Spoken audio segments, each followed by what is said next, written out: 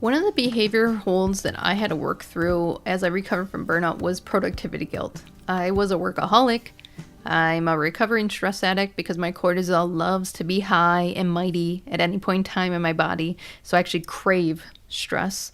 I was in such a stress state for so long that that's what my body knows, and so that's what it craves.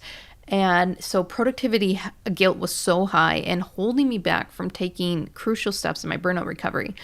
And you might feel burnout guilt as well. If you feel guilty after taking a nap, like that time could have been better spent, that's productivity guilt. If you feel like you're doing self-care moments or having a conversation with someone, even though it's meaningful, you think it's a waste of time because you could have been doing something else. If you are resting with your family and you're like, I should have been folding laundry, I could have been cleaning in the background, I could have been prepping dinner for the next 7 days, that's productivity guilt. So if you feel guilty because you're not being productive, this is a mindset. This is rooted in the hustle culture that we're in, always asking for more. This is rooted in maybe how you were brought up, right? You have time to lean, you have time to clean. You could be doing something else with your time. Some of us have heard that. And this can keep you trapped in burnout. It's a behavior hold. But rest, I have found out, is not laziness. It's essential. And I'm still working through this hold, but just awareness of that has caused a mindset shift in my own behaviors. And some things that you can do to break free of that help me, that can also help you, is reframing what rest looks like. So rest I saw as a time taken where I could have been productive. And I had to reframe that to rest is part of the work cycle. Rest is not separate from it. It's not this or that. It's part of it. We all know when we're well rested, we do better. We do quality work. We can be more present with people and not crabby because we're just thinking about the next thing and the next thing and something else that we should be doing right now. So reframing rest, I had to start retelling myself, unlearning and retelling that it's part of the work cycle. If I want to do this, if I want to be a good parent, if I want to show up for my clients, if I want to be creative, if I truly want this, rest is part of it. And so I would actually put it into my habits in my journal, my productivity journal. Of course, it's productivity journal, not a regular journal, because I have productivity guilt. So one of my habits is rest.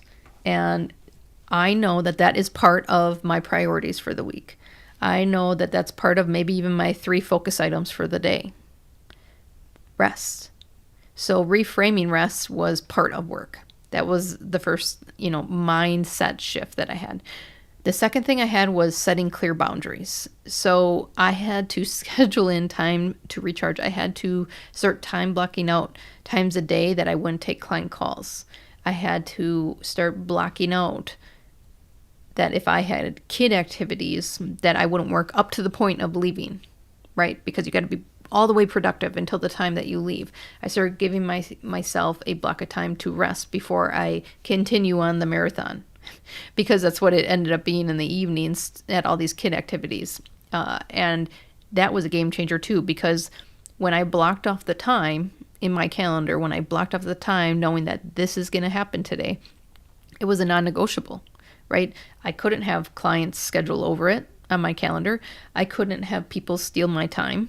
I couldn't steal my own time because that boundary was set. It was intentional because I knew I had to run the marathon the rest of the night, right? It's part of the work cycle. So I set clear boundaries of when I was going to do rest based on my natural energy mapping, based on what I have experienced with juggling both work and life balance, that I need that reset before the activities in the night. So I set that boundary that I need to rest before the activities. The third thing I want you to think about is challenging those limiting beliefs. So questions like, if I'm not doing something, I'm failing. If I'm not doing this, it won't get done.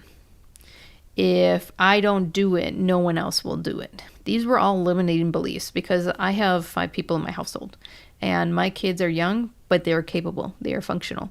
and it might not be done Kelly's way, right? The blanket might not be folded Kelly's way. The dishwasher might not be loaded Kelly's way. The laundry might not be done Kelly's way. But there's 4 other people in this household to help me. All right, we're a family of 5. We're going to function like a family of 5.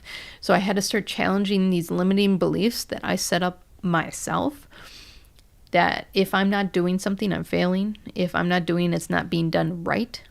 If I'm not doing it, it won't get done.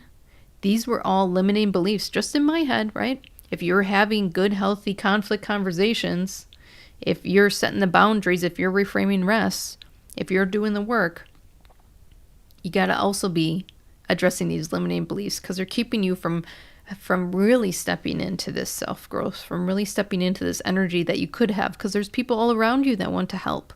There's people all around you that want to support you. But sometimes we're always looking down, and we got to look up and address that limiting belief that's keeping our head down.